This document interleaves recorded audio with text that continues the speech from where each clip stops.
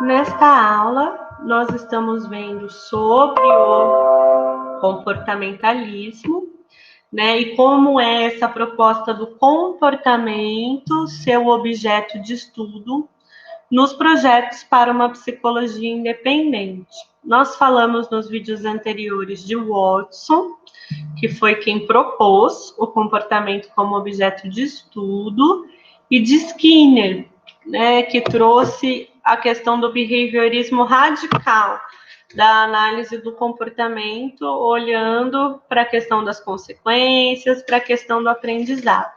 Agora eu vou contar de algumas outras pessoas que influenciaram, né, e vieram antes, ok? Eu não fiz os vídeos antes, que era para a gente focar nos dois principais que propuseram o comportamento como objeto de estudo da psicologia.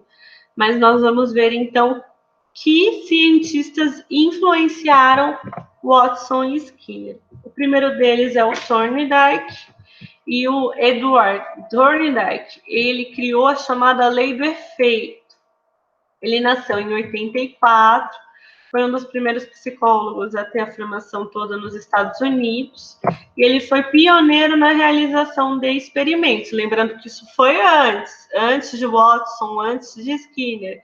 Ele propõe essa realização com experimentos, com a descrição detalhada das atividades de animais.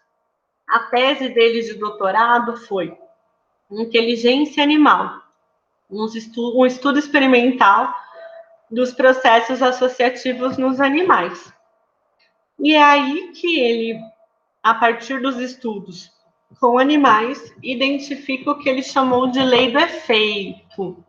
Aqui nesse trecho é descrita a lei do efeito do Thorndike, que é: das várias respostas emitidas para a mesma situação, aquelas que forem concomitantes ou acompanhadas por satisfação para o animal irão, mantidas as mesmas condições, se tornar mais firmemente conectadas a essa situação, com mais chance de ocorrer novamente. Ou seja, se uma atitude dá satisfação, existe uma maior chance de que essa atitude ocorra de novo.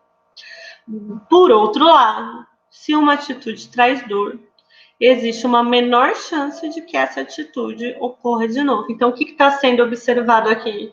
Né? O quanto nessa interação entre organismo e ambiente, as consequências das atitudes têm um efeito importante. Né? Aqui é uma ilustração que eu tirei do livro, o livro de ouro da psicologia, e é um esqueminha para a gente pensar a lei do efeito. Nesse esqueminha mostra assim: quando um animal responde a um estímulo, o resultado pode ser satisfatório. Por exemplo, escapar de uma jaula é um resultado satisfatório.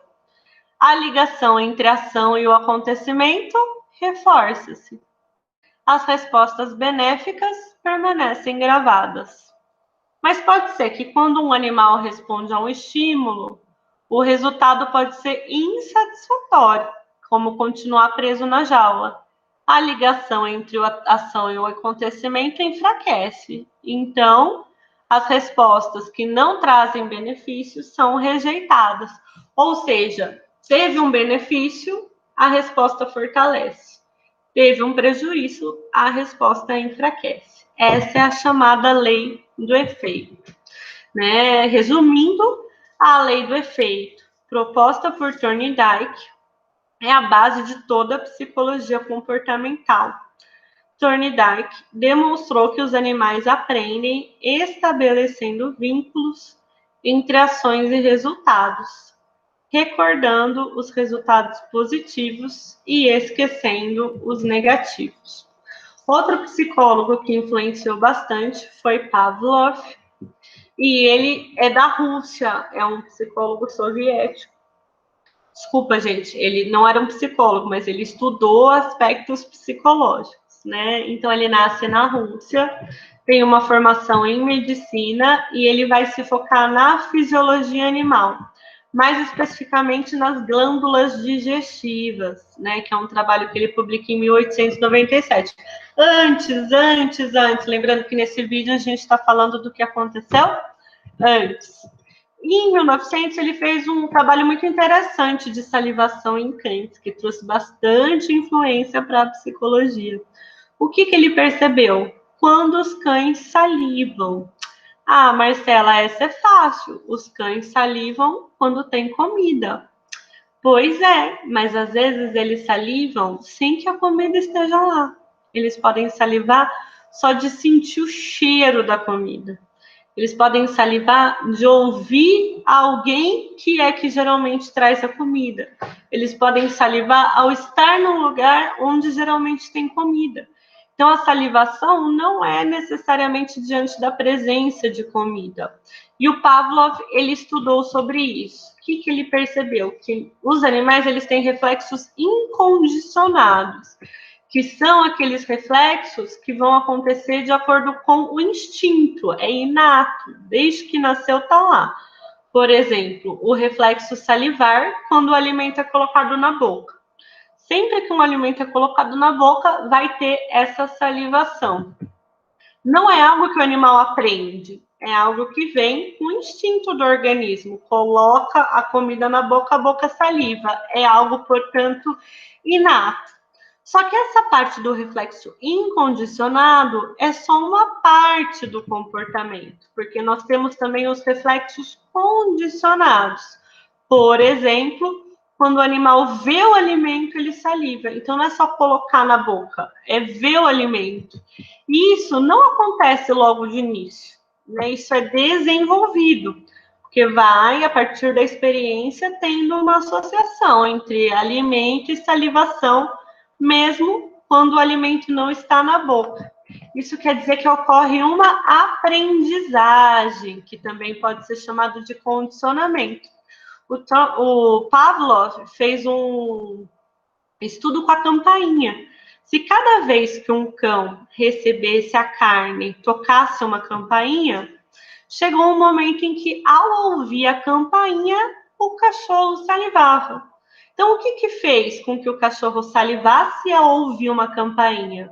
Não é o instinto, né? Houve um aprendizado, houve um condicionamento.